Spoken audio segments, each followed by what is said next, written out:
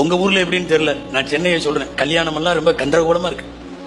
கல்யாணம் எல்லாம் கன்றாவியா இருக்கு. எல்லா நிக்காவையும் அஜத்துமாருக்கு ஓதுறது கேட்டிருப்பீங்க. நிக்கால அந்நிக்காகும் மின் சுன்னதி ஃபமன் ரகிப அன் சுன்னதி ஃபலைஸ மின்னின்னு ஓதுவாங்க. திருமணம் எனது வழிமுறை. அந்த ரசூலுல்லாஹ்வுடைய வழிமுறை அந்த ஓதுற இடத்துல மட்டும்தான் இருக்கு. எல்லாம் அக்கிரமம், எல்லாம் அக்கிரமம். இல்ல முஸ்லிம் சமுதாயம் நமக்குன்னு ஒரு பாரம்பரியம் இருக்குல்ல, எங்க போச்சு? கல்யாணம் பண்ணி பேசி முடிச்சுட்டு, பேசி முடிக்கிறது கூட இல்ல, சில இடத்துல பேசி முடிச்சு நிச்சயம் பண்ணி பொண்ணு மாப்பிள்ள அவங்க 2 பேரும் ஒன்னா ஷாப்பிங் போறாங்க. இல்ல எந்த சரியத்துல உங்களுக்கு சொல்லியிருக்கபடி? எங்க கல்யாணம் ஆகி அவன் ஈஜாபு கபூல் நடந்து நான் ஏற்றுக்கொண்டேன்னு கபில் தூணு மாப்பிள்ள சொல்ற வரைக்கும் இவளை பாக்குறதுக்கோ இவ பக்கத்துல உட்கார்றதுக்கோ இவ கையை பிடிக்கிறதுக்கோ அனுமதி இல்ல. நீங்க என்ன பண்றீங்கன்னா, நிச்சயம் பண்ண உடனே கல்யாண டிரெஸ்களையும் அவங்க 2 பேரும் சேர்ந்து போய் தான் எடுக்கிறாங்க. போலாம் பெரிய குடும்பங்களை இதெல்லாம் சகஜமா பெரும்பாலும் அப்படித்தான். 2 பேரும் துபாய் போறாங்க துணி எடுக்கிறது. கல்யாண பர்ச்சேஸுக்கு 2 பேரும் துபாயில போவாங்களாம். நீ எந்த ரசூலுல்லாஹ்வை பின்பற்றேன்னு தெரியல, நீ எந்த இஸ்லாத்தை ஏத்துக்கிறேன்னு தெரியல. இந்த வந்து ஷாப்பிங் பிஃபோர் மேரேஜ்ங்கிறது இன்னைக்கு பரவிட்டு இருக்கிற பயங்கரமான கலாச்சாரம். நீங்க போய் விளக்கம் கேட்டீங்கன்னா தத்துவம் தான் பதிலா வரும். அது அவனுக்கு அந்த புள்ள நாய் போச்சு, அந்த புள்ளைக்கு அவன் நாய் போச்சு, அப்புறம் என்னங்க சத்து. அதனால 2 பேரும் அப்படி பழகிக்கு வாங்கலாம், பேசிக்கு வாங்கலாம், சந்திச்சுக்கு வாங்கலாம், அவங்க ஒன்னா பிரயாணம் பண்ணுவாங்களாம், எல்லாம் நடக்குமா. இது சொல்ல போனா இதெல்லாம் ஒருத்து பேசக்கூட முடியல. ஏன்னா பேசுறவங்களுக்கு எல்லாம் இவங்க வச்சிருக்கிற பேர் என்ன தெரியுமா? ஃபண்டமெண்டலிஸ்ட் பேர். இவர்கள் மத அடிப்படைவாதிகள், மத பழமைவாதிகள். எது பழமைவாதம்? அப்ப இவ்வளவு வருஷமா நாம ஆண்டாண்டு காலமா கல்யாணம் முடிச்சு ஈஜாப் கபூல் நடந்து வலிமா விருந்து நடக்கிற வரைக்கும் நாம வந்து திருமணத்துல கணவன் மனைவியை சந்திக்காம வச்சிருந்தோமே. அப்ப அதெல்லாம் என்ன அர்த்தம்? நீங்க இப்போ எல்லாம் பேஸ்புக்ல, வாட்ஸ்அப்ல, இன்ஸ்டால எல்லாம் இருக்கிறீங்க, அதனால தெரிஞ்சிருக்கும். சமீப காலங்களில் ஒண்ணு கவனிச்சிங்களா? இந்த கல்யாணத்துல மண்டபத்துல மேடையிலேயே டான்ஸ் ஆடணும். எல்லாம் வேக வேகமா தலையெல்லாம் ஆடுறீங்க. இந்த ஊர்ல நடக்குதோ என்னமோ பயமா இருக்கு. மாமா ஆடுறாரு, குப்பிமா ஆடுது, மாமா நீ ஆடுது, பூரா ஆடுது. என்னடா அது கொஞ்ச நேரம் அந்த அஜரத்தை நிக்கா ஓதிட்டு போறாங்கல்ல, அது வரையும் தான் மரியாதை. உலமாக்கள் நிக்கா ஓதணும்னு பின்னாடி வழியா ஓடிடணும். ஆமா, அப்புறம் என்னன்னா டான்ஸ் ஆடுறான். எல்லாம் கேள்வி கட்டையெல்லாம் ஆடுதுங்க. வெட்டி தூக்கி கட்டிட்டு பாத்தீங்கன்னா மாப்பிள்ள பொண்ணு எல்லாம் குரூப்பா டான்ஸ் எடுத்து இது பண்றான். கல்லூரி பெண்கள்ல இந்த சமையலுக்கு சப்ளை பண்றதுக்கு கூட்டிட்டு வந்துட்டு இருந்தானுவல்ல, இப்ப வந்து டான்ஸ் ஆடுறதுக்கு கூட்டிட்டு வரான். சென்னையில இன்னைக்கு அது நடக்குது. என்னன்னா எல்லாம் முடிஞ்சு முசாபாவெல்லாம் செஞ்சு மாப்பிளைக்கு எல்லாம் இது பண்ண உடனே அடுத்து டான்ஸ் ஆடுது. மேடையில ஒரே மாதிரி ஆடை அணிந்த சுமார் 20 பெண்கள் ஒரு பயங்கரமான குத்தாட்டம், பின்னாடி மியூசிக் போடுறான், அதுக்கு ஆடுறான். மண்டபம் முழுக்க தொப்பியும் தாடியும். இது என்ன? நாம எந்த நபியை பின்பற்றுகிறோம்? நபிகள் நாயகம் என்பது மெம்பர் படியில மட்டும்தான் இருக்காங்களா? நபிகள் நாயகம் என்பது ஜும்மா பயான்ல மட்டும்தான் இருக்காங்களா? அன்றாட வாழ்க்கையில நபிகள் நாயகம் வரலங்கிறப்போ அப்புறம் என்ன பெரிய கண்மணி, உயிருக்கு உயிரான நபிகள் நாயகம்னா என்ன? டோட்டலாக இன்றைய திருமணங்களின் அனாச்சாரத்தை. சமீபத்தில் சென்னையில பொண்ணை பல்லாக்கில் வச்சு தூக்கிட்டு வந்தாங்க. பொண்ணு மாப்பிள்ளை மேடையில் இருக்காரு, ரிசப்ஷன், பல்லாக்கில் வச்சு பொண்ணு அலங்காரம் பண்ணி தூக்கிட்டு வந்துட்டானு. இந்த சாமி ஊர்வலம் எல்லாம் போக மாட்டீங்களா?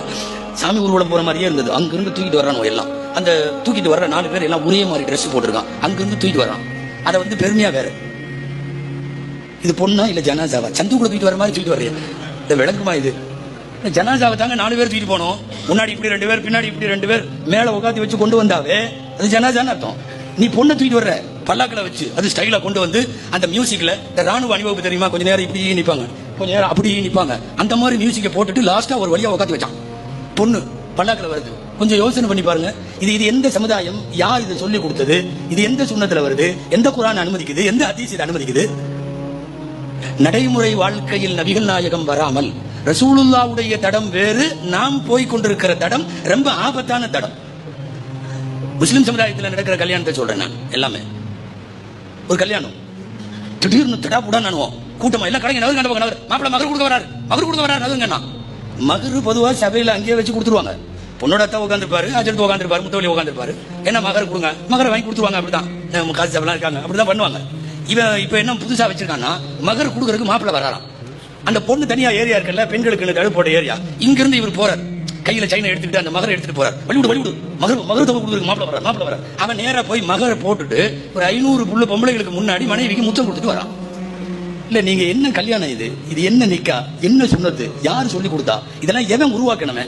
காலப்போக்கில் என்னன்னா அதெல்லாம் சகஜம், அதெல்லாம் எல்லா ஊர்லயும் நடக்குது. இந்த அச்சத்து மாதிரி இப்படித்தான் அப்படின்ற மாதிரி இறங்கிறீங்களே. அல்லாஹ் கூப்பிடுகிறான், முதுகுலு பிஸ்மி காஃபா, நீ முழுசா உள்ளவா. அல்லாஹ் சொல்றான் இஸ்லாத்துக்குள்ள முழுசாவா. இந்த ஆத்துல ஒரு காலம் கைக்கு நைக்கி போடலாம் ஆகாது.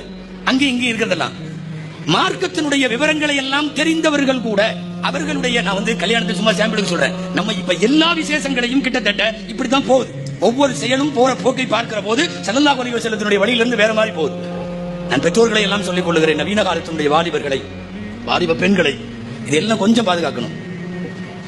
குர்ஆன்ல திரும்ப திரும்ப வருது இல்லையா, கண்குளிர்ச்சியான மனைவி மக்கள் வேண்டும். நல்லடியார்கள் கேட்ட பிரார்த்தனை குர்ஆன்ல வருது. ரப்பனா ஹப் லனா மின் அஸ்வாஜினா வ துர்ரியாத்தினா குர்ரத அயுன். கண்குளிர்ச்சியான மனைவி மக்கள் வேண்டும். 40 வயசு ஆச்சுனாவே அடுத்த தலைமுறையை பத்தி கவலை வந்துருமாமா. அல்லாஹ் வந்து குர்ஆன்ல ஒரு இடத்துல சொல்றான், பலக 40 சனதன் ஃபகால். குர்ஆன்ல வருது 26வது ஜுஸ்ல, அஸ்லிஹ் லீ ஃபீ துர்ரியதி, என் சந்ததியை எனக்கு சரிப்படுத்தி கொடு. 40 வயசு பர்டிகுலரா 40 வயசுங்கிற அல்லாஹ். என்னன்னா, எனக்கு பின்னால் எனது குடும்பம், எனக்கு பின்னால் என் தலைமுறை மார்க்க நெறியோடு வாழ வேண்டும் என்கிற கவலையும் அந்த இதுவும் கண்டிப்பா எல்லாருக்கும் வேணும். பையனை கூட்டிட்டு போய் இப்ராஹிம் அலைஹிஸ்ஸலாம் மகன் இஸ்மாயில் அலைஹிஸ்ஸலாம காபால நிக்க வச்சுட்டு துவா செய்றாங்க. ஆச்சரியமா இருக்குது கேட்டா. ஏன் தெரியுமா?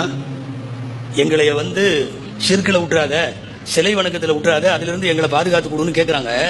கேட்கிற அவங்கள பத்தி குர்ஆன்ல எக்கச்சக்கமான இடத்துல ஒரு வார்த்தை வருது, மகான மினல் முஷ்ரிகீன் வலம் யகு மினல் முஷ்ரிகீன் ஹனீஃபம் முஸ்லிமா. பியூர் முஸ்லிம் இப்ராஹிம் அலைஹிஸ்ஸலாம். கடுகளவு கூட மாசு மறுவற்ற பியூர் முஸ்லிம். ஹனீஃபம் முஸ்லிமான் வருது. ஹனீஃபானா பியூரிட்டின்னு அர்த்தம். அப்படி ஒரு பியூர் முஸ்லிம்னு அல்லாஹ்வே 28 இடத்துல குர்ஆன்ல இந்த வார்த்தை வருது. அப்படி சான்றிதழ் கொடுத்த இப்ராஹிம் அலைஹிஸ்ஸலாம் பையனை கூட்டிட்டு போய் நிக்க வச்சு, எனக்கு பின்னாடி என் பையனும் தொழுகணும், முகீம ஸலாத்தி வ மின் துர்ரியதி, அதே மாதிரி வஜ்னுபுனி வ பனிய அன் நஅபுதல் அஸ்னாம், சிலை வணக்கத்தை விட்டு எங்களை காப்பாத்து. கேட்கிறது யாரு? இவர் சுத்தமான முஸ்லிம் என்று அல்லாஹ்வால் அடையாளப்படுத்தப்பட்ட இப்ராஹிம் அலைஹிஸ்ஸலாம் தங்களுடைய மகன்களுக்காக அப்படி கேட்கிறார்கள் என்றால் நாமெல்லாம் எம்மாத்திரம்? மார்க்கத்தை விட்டு வெளியே போயிட்டு இருக்கிறதெல்லாம் எம்மாத்திரம்?